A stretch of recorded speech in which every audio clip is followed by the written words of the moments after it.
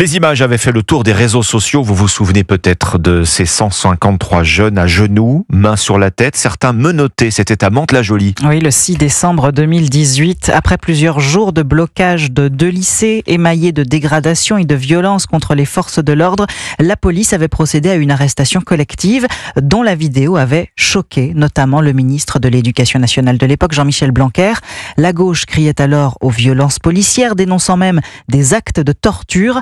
6 ans plus tard, la justice a tranché et les policiers ont été mis hors de cause, William Molinier. Les policiers n'ont fait que leur travail et ces interpellations ont été réalisées dans le respect du cadre légal, écrivent les juges, une action nécessaire et proportionnée au regard de la violence de ces jeunes.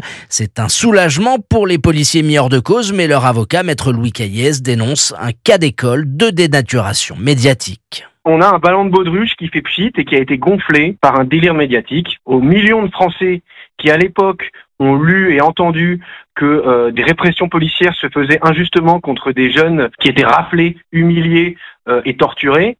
Je regrette qu'on ne vienne pas contredire cette contre-vérité absolument choquante.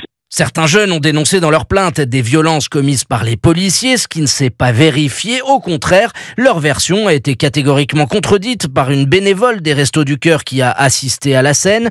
D'autres, pour avoir été maintenus à genoux dans le froid, ont dénoncé des actes de torture et de barbarie. L'argument juridique ne tient pas, selon les juges. Les parties civiles ont encore la possibilité de faire appel de cette ordonnance de non-lieu. William Molinier du service police-justice d'Europe 1.